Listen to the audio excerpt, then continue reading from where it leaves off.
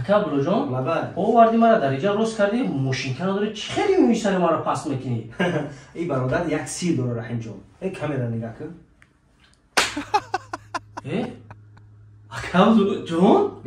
ای زدی ابورا زنه کم گرفتی موگ نیست تو ای سیر داره سیر در زبون و جان و سیرش در چیه بگو میرم استفاده برای ما خیلی کتاب خوندم در کار خیز اکو بوشکا رفتیم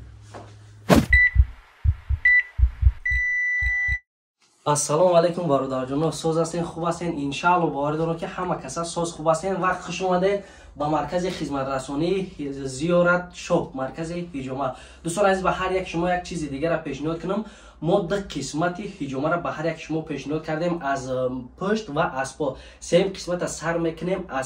از سر جان و میبینیم که برای ما چی توصیه میتونم برای از سر هجومه گرفتن تراشیدن سر حتمه یا اینکه یگان طرز خشداره برای هجومه گرفتن و سوال میکنم از بهترین شخصیتی که در انمی کار بسیار میفهمه اکای عبدالله جان و دکتری که در امی آفیس ما کار میکنه هر کسی خوش اومده برادر جان قدیما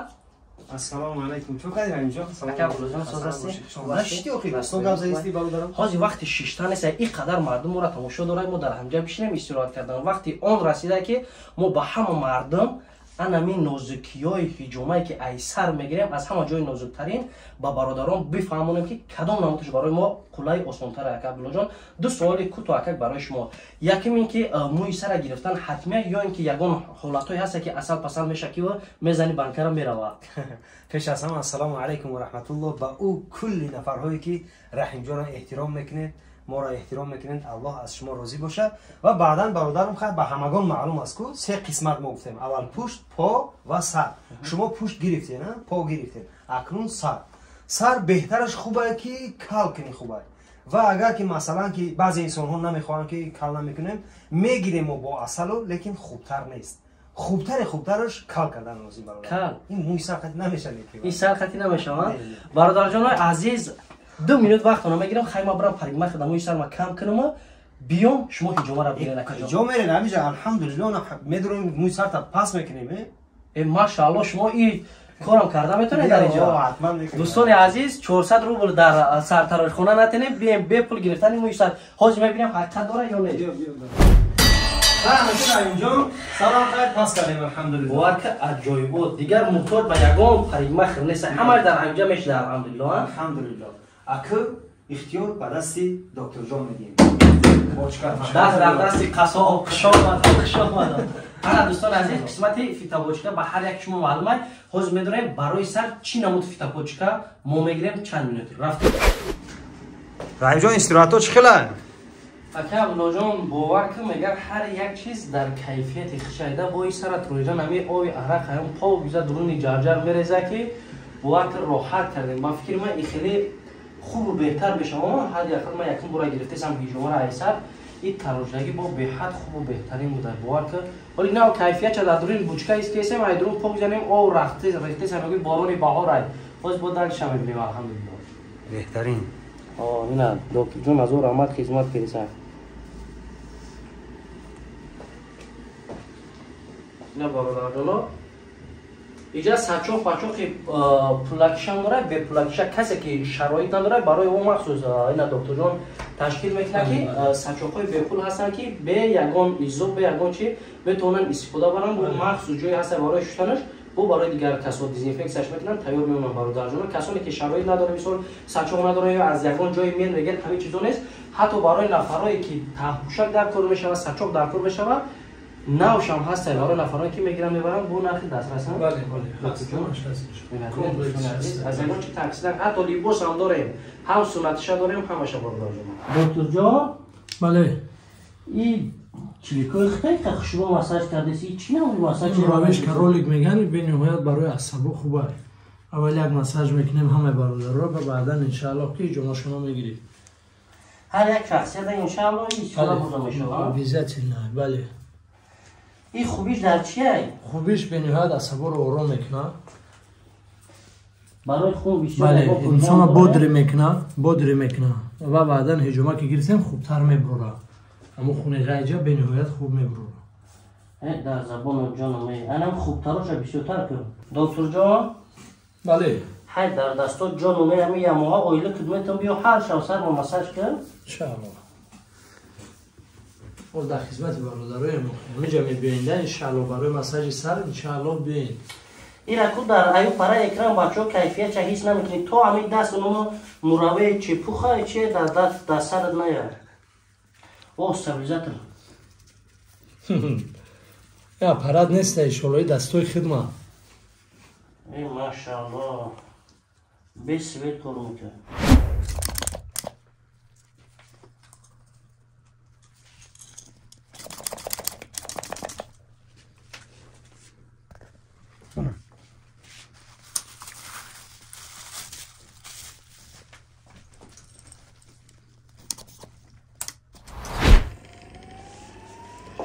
سلام علیکم بجان این بانکوی که در سر عبدالرحیم جان موندگیم انشاءالله که هر یک کدام این یک سیری خودش داره هر یک برادری که میوه انشاءالله ما در همون برادرها خودشون انشاءالله که سیلو را میگیم من اکو همه مساجا رو ما تمام کردیم انشاءالله سر میکنیم لیت وزنی را أعوذ بالله من الشيطان الرجيم بسم الله الرحمن الرحيم الحمد لله رب العالمين الرحمن الرحيم مالك يوم الدين إياك نعبد وإياك نستعين اهدنا الصراط المستقيم صراط الذين أنعمت عليهم غير المغضوب عليهم ولا الضالين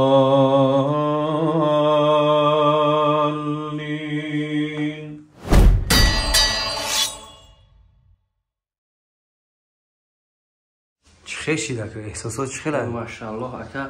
دوامش در روجه گب میزنم رفتیم انا که رحیم جان اینجا بیا این دفعه اکا الحمدلله با حضور میشنیم کار تمام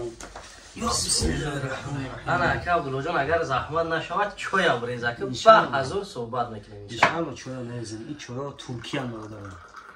جدا چوی خودم بود بپله برای این برای مخصوص برای مهمانا برای تمام مهمانا همه برادرها برای ما هزار رحمت شما با انسان ها کو برادر با اختیار خود نمیگویی خود وقتی که در دل خداوند میگوید که سنت پیغمبر مون بجا بیاره یعنی که را حجامه بکه برای سلامتی خود با هم خاطر میبینید شما را الله پیش ما روی کرده شما مهمان خدایید خوشا مثل شما برای با برادر اکا عبدالله جان خوزی اگر ما در یک گو بشینیم سومی 10 تا حجامه را میخریم یک بار برای سلامتی خدمت کنیم بهتر خوبتر نیست اکا جان بله بعد اکا عبدالله جان من یک چیز حیران شدم که دو باره که ما پیش از این از پشت حجامه گرفتیم لیک ما اینقدر که حوض ایسر حجامه گرفتیم اینقدر بر راحت خدمت حس نکرده بودم راستی گفته این سیرش در چی باشه که اثر آدم اینقدر آرام میکرده اینقدر خیال میکنم که نه از مادر تولد شده برادرم پشت و پا این خیلی عضوهای آدمیزاده بگیم основной این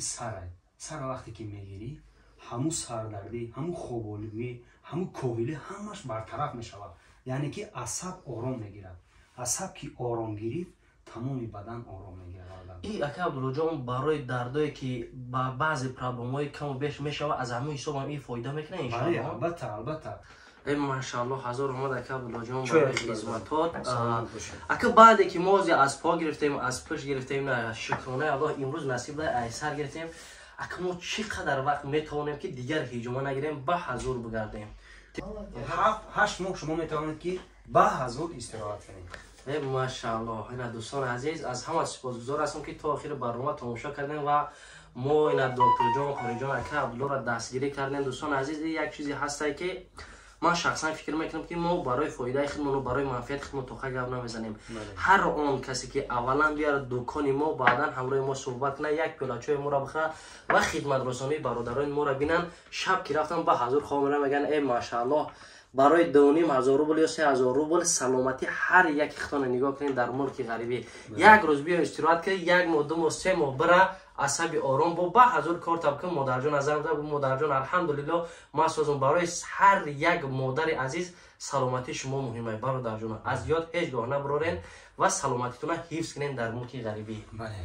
خیر دوستان عزیز الله حفظتون کنه الله